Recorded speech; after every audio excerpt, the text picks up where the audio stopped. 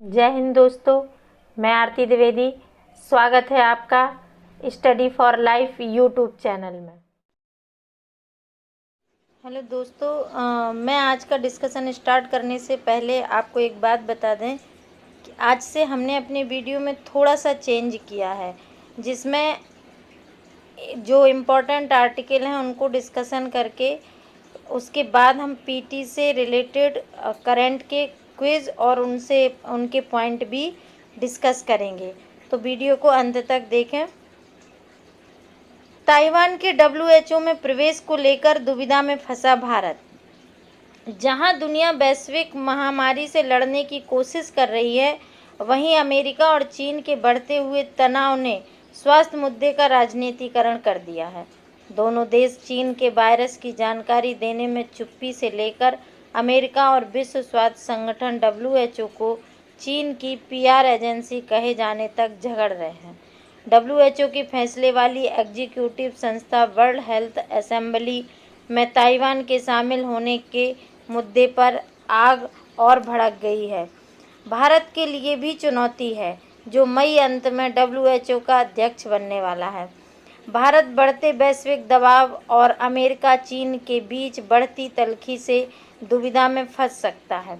उसे फैसला लेना होगा कि क्या वह ताइवान की डब्ल्यूएचओ में पर्यवेक्षक वाली स्थिति को बहाल करने की अमेरिकी मांग मानता है या नहीं, क्योंकि चीन तर्क दे सकता है कि यह नई दिल्ली की वन चाइना नीति के विरुद्ध होगा।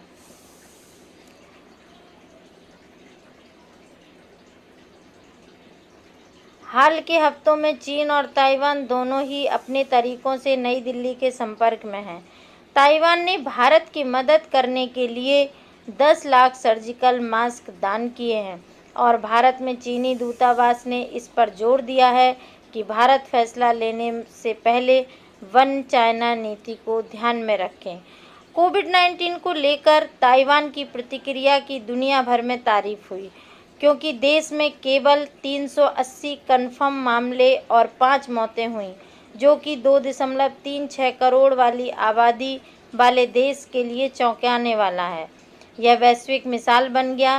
फिर भी वह चीन के साथ जटिल संबंधों के चलते डब्ल्यूएचओ की सदस्यता नहीं पा सका।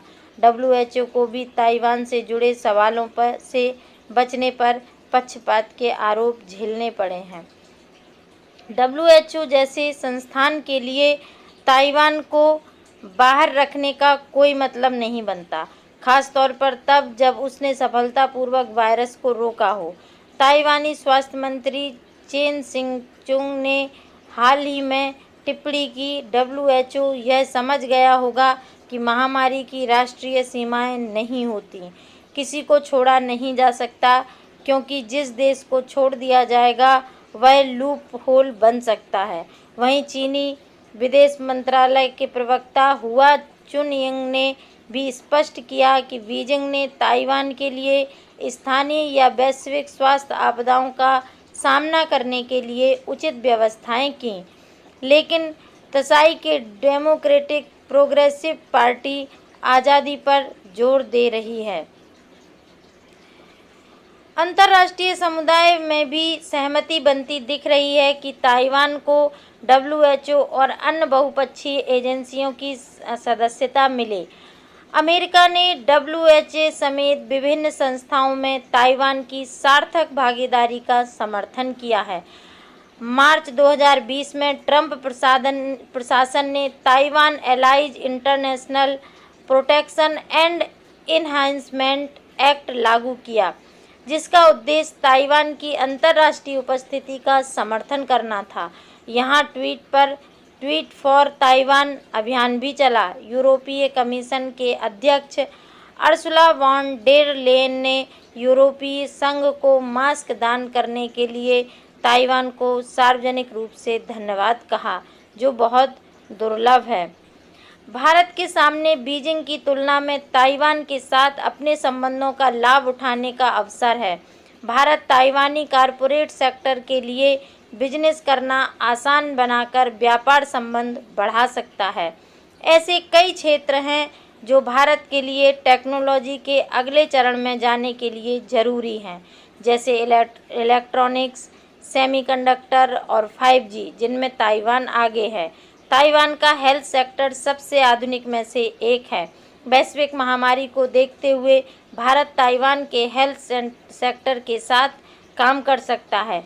कोविड-19 से आई जटिल चुनौतियों का सामना करने के लिए अगर विदेश मंत्रालय चाहता है कि इंडो पैसिफिक क्षेत्र में दोनों देशों के विचारों और सर्वश्रेष्ठ तरीकों का आदान प्रदान हो, तो WHO में ताइवान के प्रवेश का समर्थन स्वागत योग्य कदम होगा। भारत की विदेश नीति का दृष्टिकोण अब इतना विकसित हो चुका है, जहां मुद्दों पर आधारित गठबंधन सामान्य हो गए हैं। ताइवान के साथ उसके संबंध भी इसी तरह बढ़ने चाहिए। ये रहा ताइवान का मैप। ये ताइवान है, ये साउथ चाइना सी है जिस पर हमेशा डिस्प्यूट रहता है। यहाँ चाइना है और इधर इस तरफ इंडिया है। जैसे ये दिखा रहा भारत ताइवान, ये भारत है, ये इंडिया है, ये ताइवान है और इधर साउथ चाइना सी पड़ता है। अगले पॉइंट हैं कुछ। NTPC ONGC ने संयुक्त उद्यम स्थापित करने के लिए समझौता किया। NTPC लिमिटेड और all India and natural gas corporation limited द्वारा नवीकरणीय ऊर्जा व्यवसाय के लिए एक संयुक्त उद्यम कंपनी स्थापित करने के लिए समझौता ज्ञापन पर हस्ताक्षर किए हैं। NTPC लिमिटेड के अध्यक्ष और प्रबंध निदेशक गुरदीप सिंह हैं और ONGC के अध्यक्ष प्रबंध निदेशक शशि शंकर हैं। इससे रिलेटेड क्वेश्चन हमने दिए हैं। उस कंपनी का नाम बताइए जिसने NTPC लिमिटेड के साथ नवीकरणीय ऊर्जा व्यवसाय के लिए एक संयुक्त उद्यम कंपनी स्थापित करने के लिए एक समझौता ज्ञापन पर हस्ताक्षर किए हैं। तो इसका आंसर हो जाएगा तेल और प्राकृतिक गैस निगम लिमिटेड। दूसरा क्वेश्चन है, केंद्र सरकार ने किस राज्य में कोणार्क सूर्य मंदिर और कोणार्क शहर के पूर्ण सौरीकरण के लिए योजना शुरू की है? तो इसका आंसर हो जाएगा उड़ीसा। कोणार्क सूर्य मंदिर उड़ीसा में है। आइए देखते हैं। केंद्र सरकार ने कोणार्क सूर्य मंदिर और शहर को सोलराइज करने की योजना शुरू की। इसमें 100% केंद्रीय वित्तीय सहायता के साथ ये होगा। 25 करोड़ रुपए केंद्र प्रदान करेगा। उड़ीसा के इस समय मुख्यमंत्री कौन है? नवीन पटनायक। राज्यपाल हैं गणेशी लाल और नवीन व नवीकरणीय ऊर्जा राज्य मंत्री हैं राजकुमार सिंह। ये इससे जुड़े फैक्ट है। अगला क्वेश्चन है, एयरटेल अफ्रीका के साथ कोविड-19 से प्रभावित हुए बच्चों और परिवारों की सहायता के लिए भागीदारी करने वाला संगठन का नाम बताइए। ये संगठन है दोस्तों यूनिसेफ।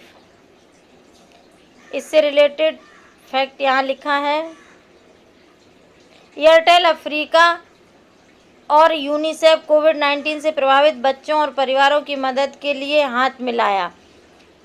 इस साझेदारी से उप सहारा अफ्रीका 13 देशों में बच्चों और परिवारों को लाभ मिलेगा। Zambia, Congo, Nigeria, Gabon, Kenya, Madagascar, Malawi, niger, Rwanda, Tanzania, Congo लोकतांत्रिक गणराज्य, युगांडा और चाड। इसे आप मैप में देख सकते हैं। एयरटेल अफ्रीका के मुख्य कार्यकारी अधिकारी कौन है? रघुनाथ मांडव। यूनिसेफ के कार्यकारी निदेशक हेनरीटा H4। अगला क्वेश्चन है, हाल ही में केंद्रीय मानव संसाधन विकास मंत्री ने फेसबुक लाइव सत्र जरिए इग्नू के ऑनलाइन MA हिंदी कार्यक्रम का शुभारंभ किया।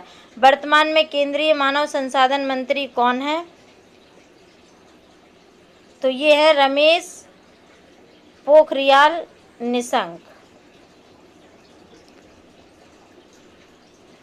ये दिया है केंद्रीय मानव विकास संसाधन मंत्रालय, रमेश पोखरियाल। अगला क्वेश्चन है, किस राज्य सरकार ने कोविड-19 महामारी के दौरान राज्य में ग्रामीण अर्थव्यवस्था को प्रोत्साहित करने के लिए राजीव गांधी किसान न्याय योजना की शुरुआत की। तो ये राज्य है छत्तीसगढ़। इस पे हम पहले भी डिस्कस कर चुके हैं। उस व्यक्ति का नाम बताइए जिन्होंने हाल ही में विश्व स्वास्थ्य संगठन WHO के 34 सदस्यीय कार्यकारी बोर्ड के अध्यक्ष के रूप में कार्यभार संभाला है। तो ये हैं हर्षवर्धन। ये इम्पोर्टेंट फैक्ट थे, आप PDF में भी इन्हें पढ़ सकते हैं। आशा है आपको ये पसंद आएंगे और लाभकारी होंगे। आपको पसंद आए तो इसे लाइक करें, शेयर करें, सब्सक्राइब करें तथा बेल आइकन दबाना ना भूलें। धन्यवाद।